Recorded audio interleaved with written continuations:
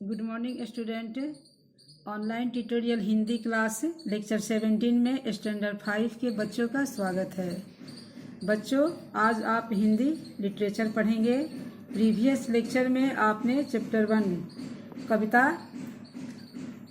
गौरव गान पढ़ा था तथा इसमें आपने कुछ लिखित प्रश्नों का उत्तर भी लिखा था। आज हम इसी कविता के बाकी प्रश्नों का उत्तर लिखेंगे। बच्चों, आपने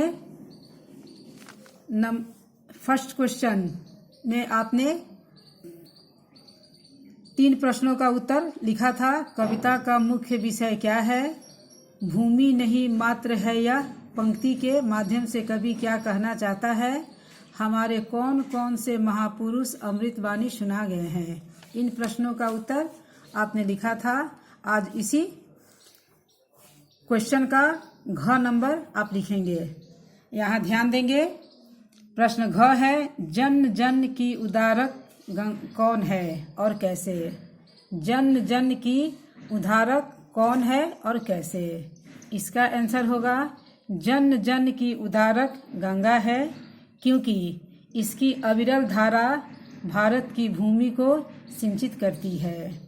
बच्चों, आप जानते हैं कि भारत में गंगा को किसने लाया था, भागीरथी ने लाया था।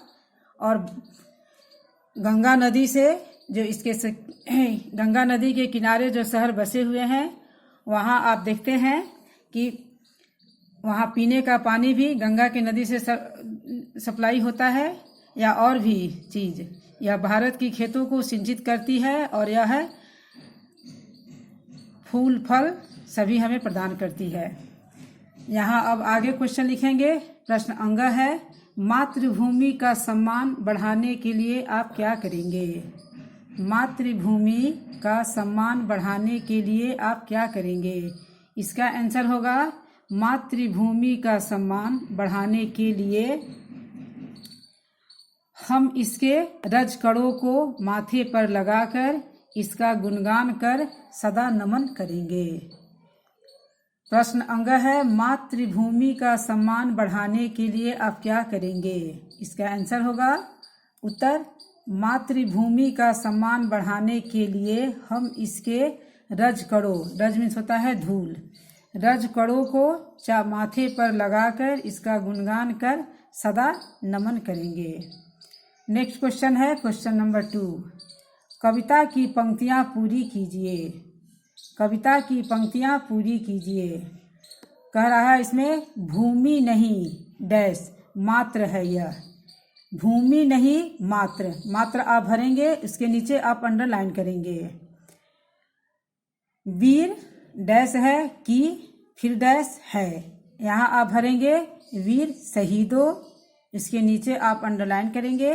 फिर जननी, यहाँ भी आप अंडरलाइन करेंगे। इस तरह आपकी ये पंक्तियाँ पूर्ण होती है। वीर शहीदों की जननी है। नेक्स्ट है, शिवा और प्रताप के तप की।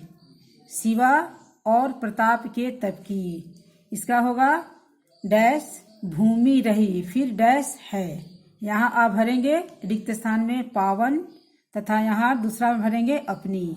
इस तरह आपकी ये पंक्ति जो है पूर्ण होती है। पावन भूमि रही अपनी है, यानी फिर से आप इस कविता को पढ़ेंगे। भूमि नहीं मात्र है यह है, मात्र के नीचे अंडरलाइन। वीर शहीदों की जननी है, फिर शहीदों के नीचे और जननी के नीचे अंडरलाइन करेंगे।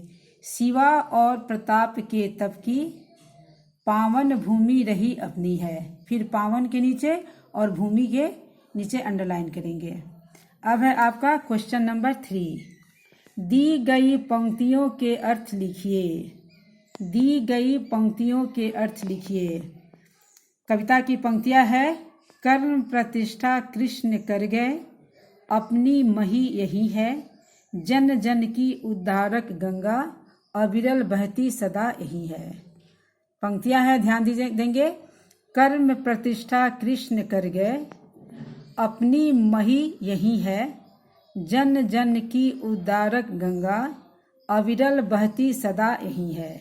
इसका आप लिखेंगे, निम्नलिखित पंक्तियों का अर्थ है कि भारत की भूमि इतनी पावन है कि कृष्ण ने यहाँ कर्म की महानता को बताया है। भारत की पावन भूमि पर जन जन का उद्धार करने के लिए गंगा की अविरल धारा बहती है। इसका एक बार और रिपीट करते हैं, ध्यान दीजिएगा। दी गई पंक्तियों के अर्थ लिखिए। कर्म प्रतिष्ठा कृष्ण कर गए, अपनी मही यही है, जन जन की उद्धारक गंगा, अविरल बहती सदा यही है। निम्नलिखित पंक्तियों का अर्थ है कि भारत की भूमि इतनी पावन है कि कृष्ण ने यहाँ कर्म की महानता को बताया है। भारत की पावन भूमि पर जन जन का उद्धार करने के लिए गंगा की अविरल धारा बहती है। बच्चों, आपने इस चैप्टर में 3 प्रश्नों का उत्तर आपने लिखा।